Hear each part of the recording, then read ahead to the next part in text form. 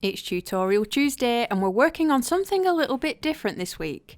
I've created my own custom branded boxes and I'm going to share exactly how I did it. Firstly, you'll see they're not your average flimsy cake box. I prefer these much sturdier packing boxes, and everything from birthday cakes and wedding cakes go in them, as I can buy them in any size I like. You can pick packing boxes up from anywhere, but if you want to know my exact supplier, I have shared it in a previous vlog you can go around and dig for, but I also have my full cake business supplier list for absolutely everything I use as a digital download in my forum.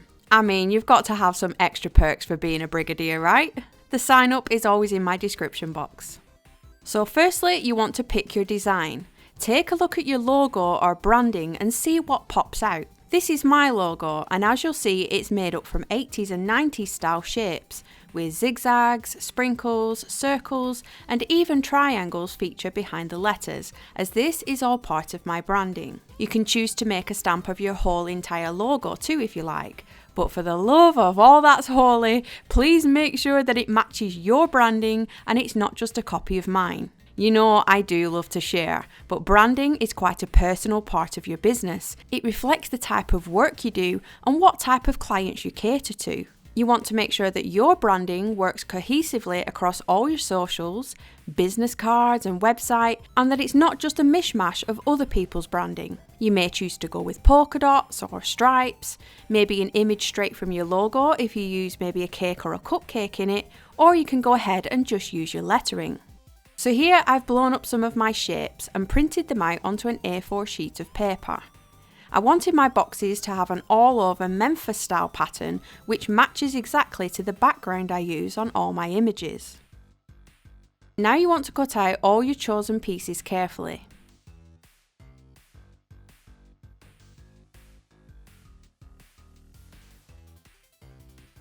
Next, you're going to want to grab some foam.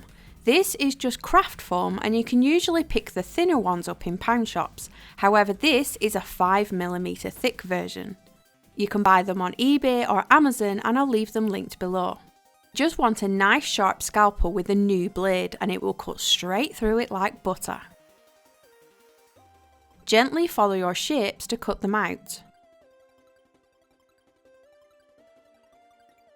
Sometimes getting a curved edge can be a little difficult, so you can round it off using a nail file, which, not so coincidentally, also has a cool Memphis pattern on it. Even my nail files are on brand.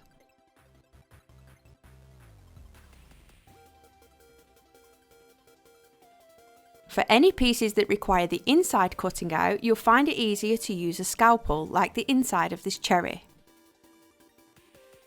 This cherry has its leaf on the right, which means I'll need to reverse it and turn it over when cutting out my stamp to ensure that it faces the correct way. This is especially important if you're working with letters. Make sure that when you're cutting your foam, your letters are flipped backwards. Of course, you could just flip your foam after cutting, but you'll find your neater and more accurate edge will be the one on the top that you've just cut. Once you have all your pieces cut out, you need something to back them on. You can buy wooden blocks especially for this at Hobbycraft, and also acrylic versions, usually used for backing rubber stamps on. I'm just using all stuff I find around my house, and I have this spare piece of wood in the shed. I'm just lining my pieces up to make sure they fit, and then I'm marking my cut lines with a pencil.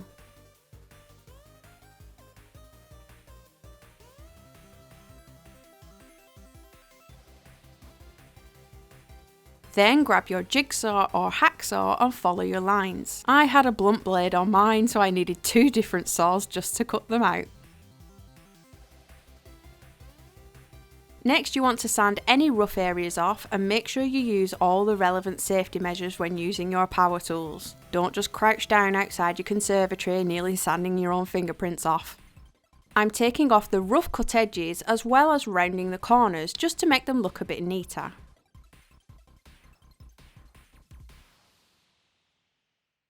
Another find in my shed was this Fast Tack blue tack spray.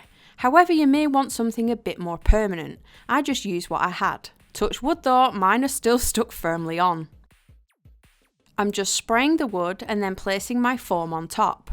Remember which way around you want to stick your letters or symbols.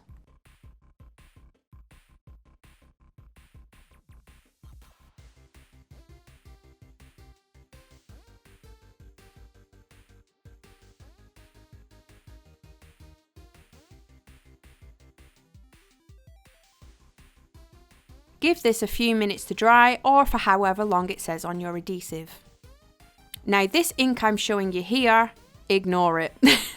It was great for stamping, but it just wouldn't dry or set.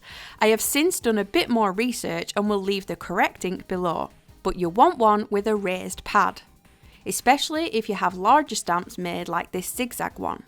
The raised bed allows you to push your whole stamp across it rather than trying to fit the stamp inside a case of ink. Load the ink up onto your foam and press firmly onto your box. I cannot tell you how chuffed I was when I pulled the stamps off to reveal all the shapes I'd only just cut out an hour before. Keep going until you have your desired pattern. Remember not to bother with the bottom flap as those will be underneath.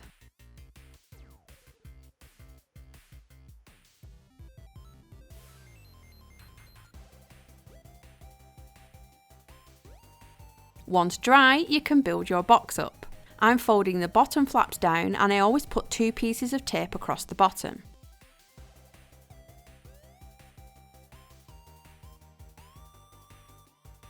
Then flip the box the right way up and cut down the 2 sides of the front flap. This makes it super easy to put a cake in and out of the box safely. I then fold the top of the box down and also tape this at the back. The front flap then tucks inside, making it easier for customers to remove their cake. I'm finishing it off by sticking my logo on the front, which has all the invoice and instructions on the back of it, such as delivery instructions, storage instructions, the remaining balance, allergies and all that good stuff. I also add another little bit of tape to stop the front flap from falling down during deliveries. I am super chuffed how these boxes turned out, just taking them from plain white to something a little bit more on brand. Let me know how you would decorate your boxes in the comments below. Hope this was useful. Thanks guys, see you next week.